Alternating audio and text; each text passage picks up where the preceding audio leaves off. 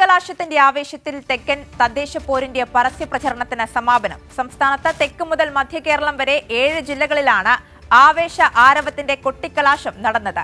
കൊല്ലം, പത്തനംതിട്ട, ആലപ്പുഴ, കോട്ടയം, ഇടുക്കി, എറണാകുളം ജില്ലകളിലെ പരസ്യ പ്രചരണമാണ് അവസാനിച്ചത്.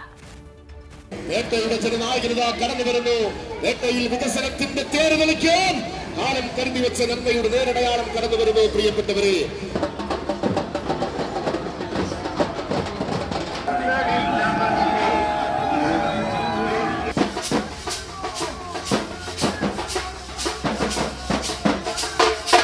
അണമുറിയാത്ത ആവേശം. തെരുവിൽ മുന്നണി സ്ഥാനാർത്ഥികൾ അണിനിരുന്നപ്പോൾ കേരളം തദ്ദേശ തെരഞ്ഞെടുപ്പിന്റെ ചൂടറിഞ്ഞു. താളവാദ്യങ്ങളും മുദ്രാവാക്യങ്ങളുമായി പ്രവർത്തകർ സ്ഥാനാർത്ഥികളെ സ്വീകരിച്ചു.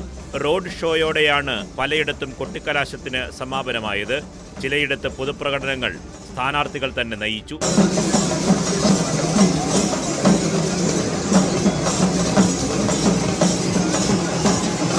നഗരഗ്രാമ വ്യത്യാസമില്ലാതെ ആവേശം അലതല്ലി.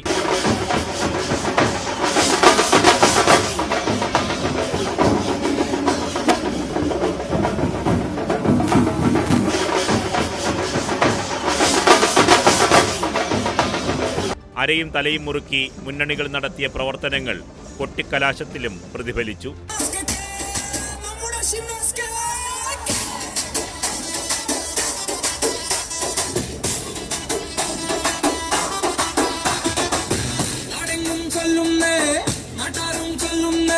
പ്രാദേശിക വിഷയങ്ങൾ മുതൽ ദേശീയ വിഷയങ്ങൾ വരെ തെരഞ്ഞെടുപ്പിൽ ചർച്ചയായി. വിജയപ്രതീക്ഷയിലാണ് മുന്നണികൾ.